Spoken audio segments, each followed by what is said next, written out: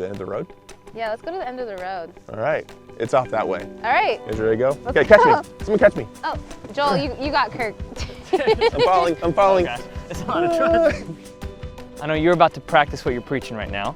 I know in the next episode, you're going to share your story. Yeah, I mean, I'm a little nervous because it's not my favorite story to tell, but I think it needs to be told. Okay.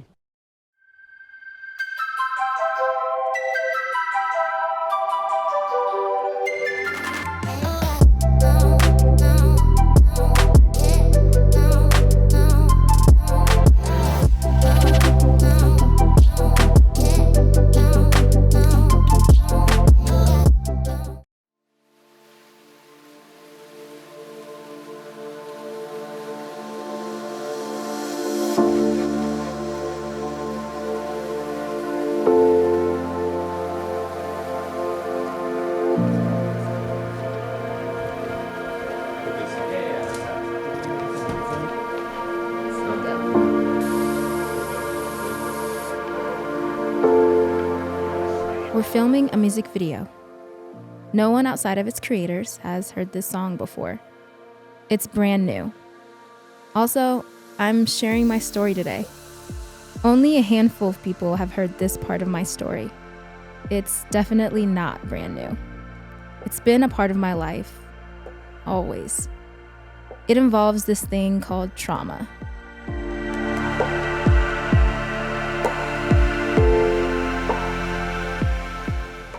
Trauma is pain or loss that leaves a lasting mark on your body, on your mind, on your emotions, or on your spirit. And sometimes it's on all four. Trauma can be deep and it can feel long lasting. And sometimes the mark of trauma, it leaves a mark on you and it never goes away. Traumatized people chronically feel unsafe inside their bodies. The past is alive in the form of gnawing interior discomfort.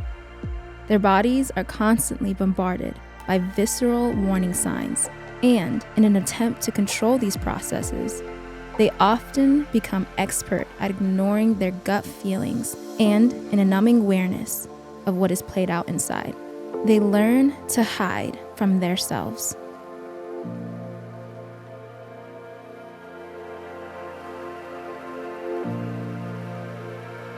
Anxiety and depression are running rampant in society, and a lot of that is due to the ongoing impact of trauma. Common causes of trauma are abuse of all kinds: physical, sexual, verbal, emotional, and others. Tragedy in your life, neglect, abandonment, witnessing something you can't unsee, disrupted transitions at key life stages, physical pain due to an accident or violence, developmental issues based on premature birth, developmental issues based on in utero abuse and neglect. What sucks most about trauma is that it happens to you. It's not something that you bring on yourself. It's not your fault. You can do very little to control it or its effects on you.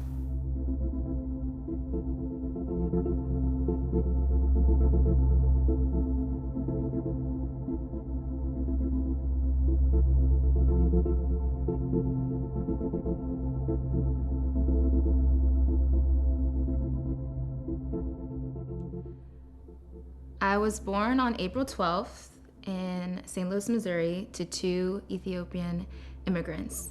And although I was welcomed into this world with two parents, spoiler alert, my dad was not an active part of the majority of my life. My mom moved to the States in hope of creating a better life for herself, and so she was given the opportunity to move to Kansas City, Missouri. I can count on one hand the number of good memories I have of my dad. In the early years, I feel like our family seemed fine from what I can remember. At some point, things began to shift in our family. I remember this specific incident where my dad got so angry with my mom where he chased her around our house, and my mom ran outside yelling for help after he hit her. I have memories of my mom hiding behind like doors with like a pot because she was so scared, like ready to defend herself against my dad. And I quickly became someone who was like super sensitive to noise and just constantly anxious, living in fear. After my dad was arrested, he was gone for a long time. I actually found out later, years later, that he was admitted to a mental hospital. And even when I was younger, there was moments where we would go visit him and I didn't really know where he was. And I think my mom was just probably hopeful that we would be a whole family again. While I knew my dad wasn't living with us because of bad reasons, my brother was too young to understand. He was about 6 and I was about 7.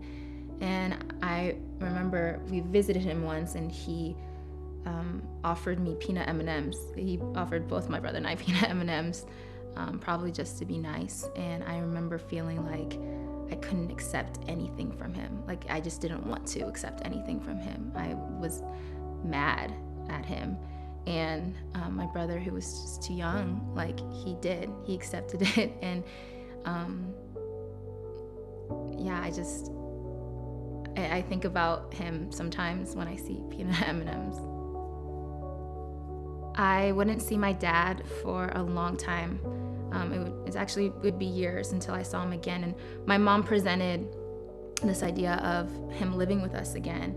And I remember feeling just like hesitant and angry and just wondering why. But he ended up living with us again. And I had no relationship with him, even though he lived under the same roof as us. And this is the time where I remember the most about my dad. He was there, but he was completely absent-minded. He was hot-tempered, and he would show mild symptoms of his mental illness in the way that he would treat us. Things took a turn for the worse when my mom took me and my brother to Ethiopia. We were there for 6 weeks, and my dad didn't come along, but somehow him being in isolation for that amount of time by himself just reignited his mental illness in full force. Like all of his original symptoms that he showed early on were there. And I just remember feeling like he was so dangerous to me and I couldn't be at peace in my own home. I distinctly remember contemplating how simpler life would be if my dad wasn't around. Everyone around me knew how messed up my family was, and shame was this consistent feeling that I felt. All my friends had what felt like 2 parents and that loved each other and had an ideal family, and we didn't. And I remember asking God questions like, why can't my family be normal? Or like, why does it have to be like this? Or why can't my dad be a good dad?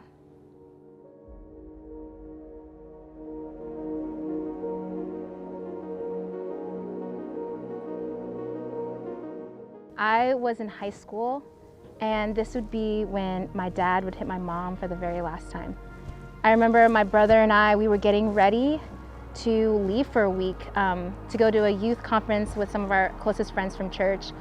And this particular morning, my mom was talking to my dad and he got super upset. And I remember him getting so angry that he began to chase her around our house. And I just remember being frozen. I didn't know what to do, but I just remember being so scared, being filled with fear. And he ended up catching up with her and he grabbed her and he began hitting her. He hit her right in the face, and at that moment I just jumped into action. I tried to interfere, and that's when my dad became aggressive towards me, and my brother then interfered, and it was just a whole moment of true chaos, like true chaos. And my mom called the cops and my dad was arrested. I didn't think about how this would be the last time I would see my dad. In fact, I only felt really relief when I saw the cop car drive away. I felt my worry kind of disappear and this fear disappear.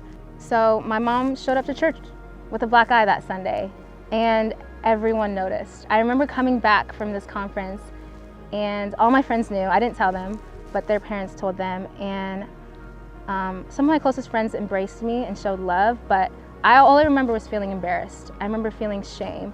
And at that moment, I just really questioned God's care and love for me. It's been 15 years since then, since I've heard from my dad or even seen my dad. And even though I've let go of a lot of bitterness and resentment that I have towards him, there are still things that I carry from my trauma that have altered the way that I view myself and other people around me. I have and still a little bit deal with anxiety and depression and suicidal thoughts sometimes. My self-worth and value were heavily affected by my family situation. I constantly felt like I wasn't good enough, or that I wasn't worthy of good things, or I wasn't worthy of people's love. I viewed God as this like higher up power or deity that always felt so far away that I needed to like obey, and if I didn't obey him, like he would punish me. I never felt like he was this close father that like truly cared for me.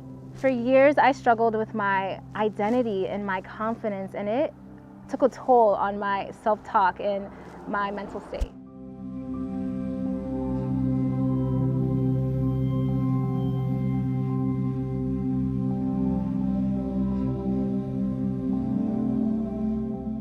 But God is a redemptive God who restores broken things.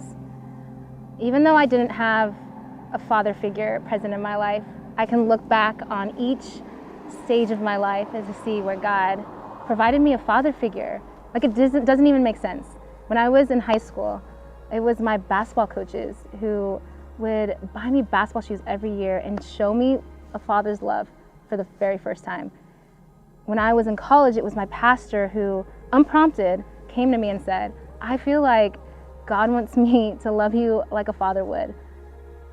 The communities that surrounded me continuously just affirmed me and showed up for me and showed love to me, even when I didn't see like good things in my life or didn't see good things in myself. They allowed me to express things that I buried deep down inside and helped me overcome shame that was tied to my past. They reminded me over and over again that my value and my state of mind was not tied to the situation that I was going through.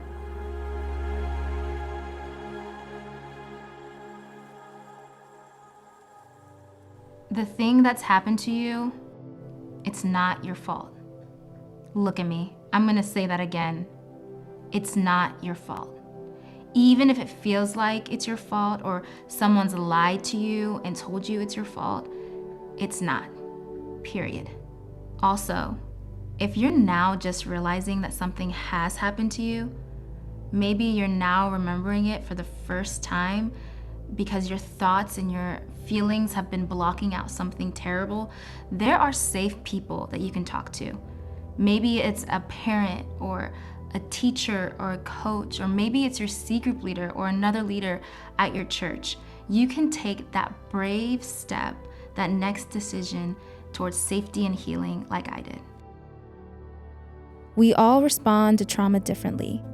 There are 4 common responses when you experience trauma or when something happens that's a trigger that reminds you of your traumatic experience. First is fight. You get irritated, combative, angry, and defensive. You take matters into your own hands, sometimes misdirected towards someone who isn't responsible for your trauma. This can lead to destruction, getting into fights, arguing, bullying. It can also lead to self-destruction and self-harm. Second is something we call flight. You avoid your trauma by trying to get far away from it. Unfortunately, your trauma doesn't go anywhere. You might feel like you're further from it, but it follows you everywhere you go. It's part of your story that you need to process. Sometimes, those of us who've experienced trauma put so much distance between ourselves and our trauma that we even forget about it. The third common trauma response is freeze. You develop a complete inability to cope. You shut down mentally. You shut down emotionally. You shut down physically. You just stop moving and thinking and feeling because it's too painful. The final response to trauma is fawn. The fawn response is using something called soft skills, like your sense of humor, your charisma, your charm, or your personality, to reduce and deflect the effects or even the appearance of trauma. This seems to be a form of coping for many people, but it's an unhealthy and unsustainable coping mechanism. It's a fake front that you just can't keep up. Eventually, it cracks. What can we do about trauma then? The best response to trauma is to face it head on when you're ready. And we're all ready at different speeds. For me, it means to process it. It means to talk about it with people that I trust and who love me. It also means to do what I can do to heal from it. When you're ready and when it's appropriate, start to address what your body, what your mind, what your emotions, what your spirit, all those things, what they might need to restore goodness back into your life. So according to the Bible, Jesus knows exactly what you're going through when you've gone through trauma. And so you may feel heavy. You might feel like you're at the end. You might even feel like you just can't take it anymore. We have a gift from God when it comes to being at the end of our road. And the gift, it's freedom. 1 Peter 5:7 says to give all your anxiety, all your worries to God. Now, I get it. That just sounds like someone saying like, hey, just don't worry about it, right? But it's not. You have to understand, God didn't create you to carry that kind of weight. But you know who can? He can. And he will. And it's an aggressive act of faith to give God your stuff. Doing that, we're able to release something that we're not created to carry on our own. And we use our words to do that. Sometimes it might feel hollow. Yeah, or even pointless. Right. Be persistent. The tool that I use to praise God and to worship is this thing called music. Putting my words to music helps them get past my mouth and even past my anxious brain sometimes and into my spirit. That's just how music works sometimes.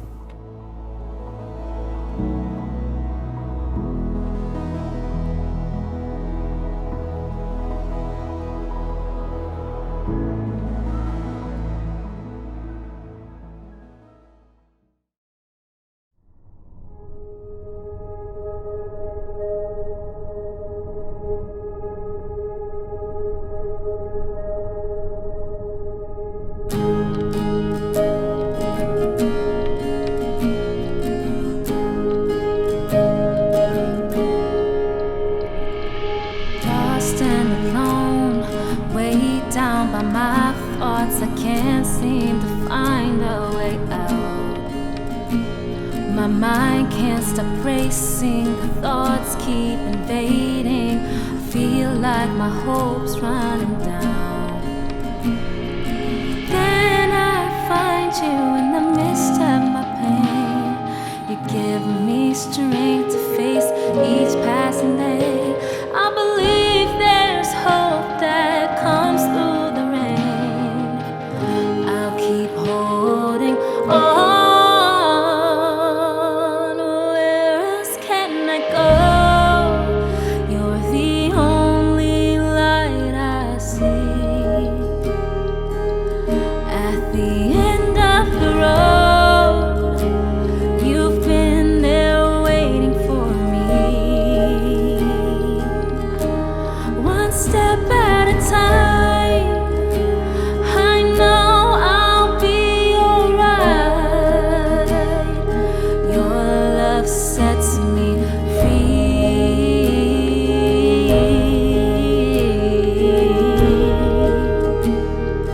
Your love sets me